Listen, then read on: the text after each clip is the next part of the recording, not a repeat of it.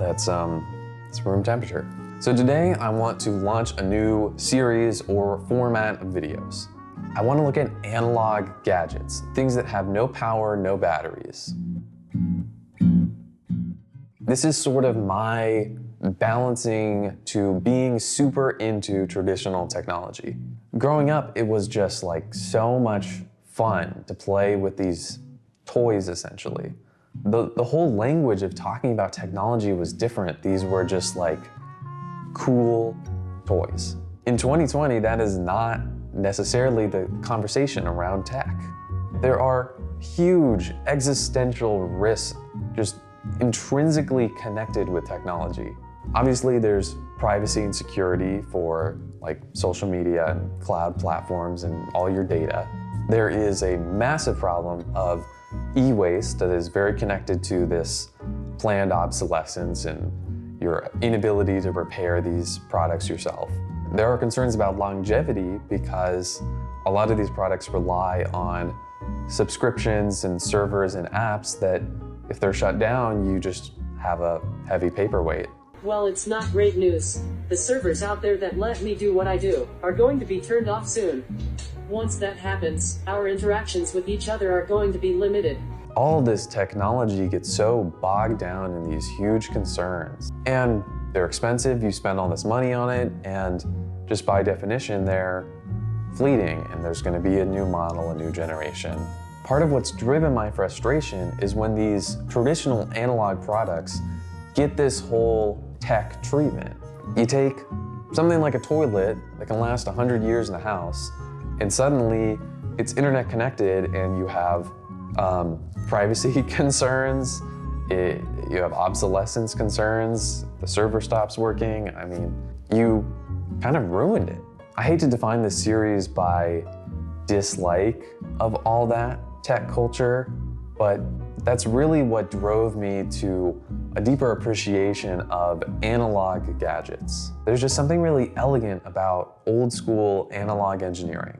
And I'm not a Luddite. I appreciate technology where it's needed, like what else am I gonna film this video on? This series is just meant to be a balance. For someone who's so immersed in technology, playing with these products is like fresh air. I think I'm gonna aim for about an episode every month mixed in with my other content. So if you have suggestions for cool analog gadgets, leave them in the comments below. The first thing we're gonna talk about today is this, the Stosher bag. This is a silicone storage bag. It's primarily used for food storage because silicone is this completely non-toxic, temperature-resistant material. Their special thing was this really sturdy, sealable part at the top. That makes it totally water sealed so that if you have wet things inside, they don't leak out all over your fridge. I also have this bigger size here, which is more like a sandwich bag, but they make like full-blown tub-sized versions. Not only are they good for replacing like single-use plastic bags, but they're also a really good alternative to Tupperware. Because they have no lid, there's no lid to lose.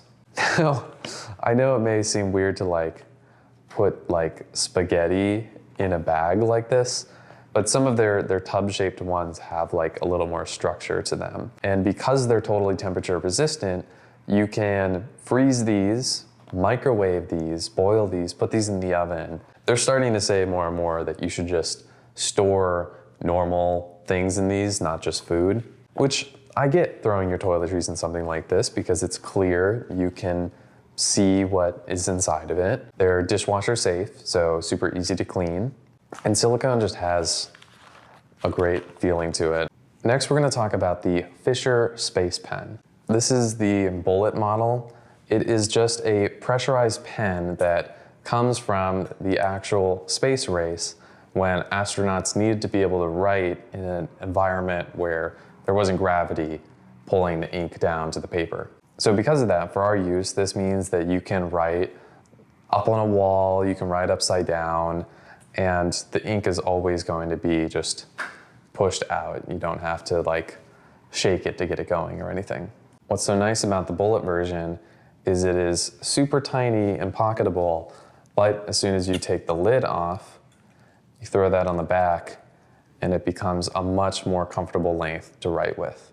It has a little bit of texture here to help grip it, and it has a nice O-ring right here so that when you put the lid on, of course I'm writing all over myself, so when you put the lid on, it has a really good seal.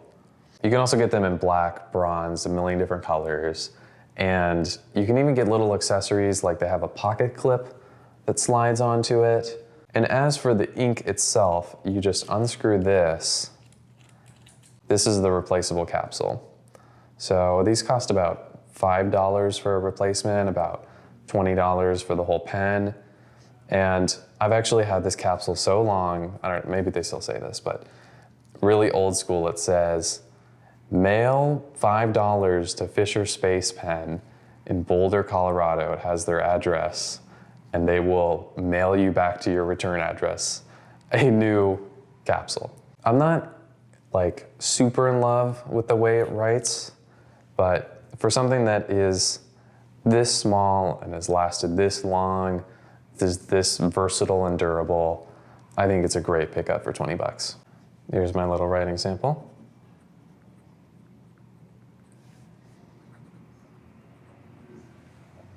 Great.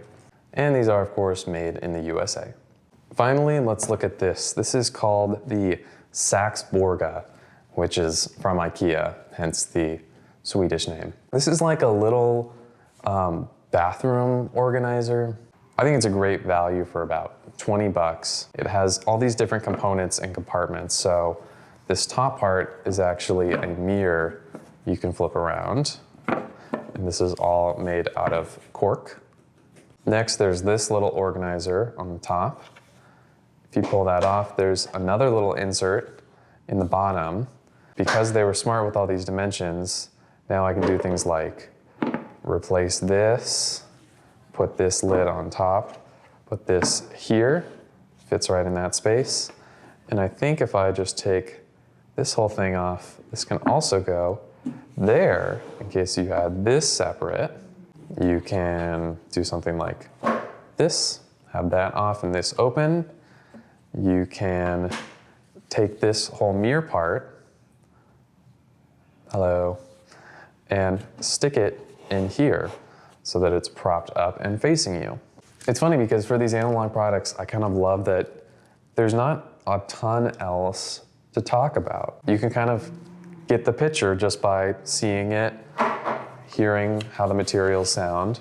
The main material for this is actually a wood and plastic composite. That means it's mostly plastic, but they sprinkle in wood to offset the amount of actual plastic material that's needed. And what you get is kind of this textured, almost sawdust look to it that's really rad. Cork is one of the most renewable materials you could possibly work with.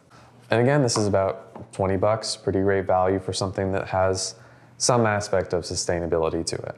Okay, that's these three products, the Saxborgo Organizer, Fisher Space Pen, Stosher silicone storage bags, all analog, great design, highly recommended, and affordable. I hope my whole intro just goes out the window once you start learning about these products. There are no caveats, there's no compatibility issues, there's no subscription fees, they're just durable, good products. And I wonder, I really should combine them all into one. If I fold this in here and then just go like this, great. Thank you so much for watching. If you have an analog product and you want my 80 subscribers to see it, that's 80, not 80,000, then feel free to send it over. I have a submissions page linked below.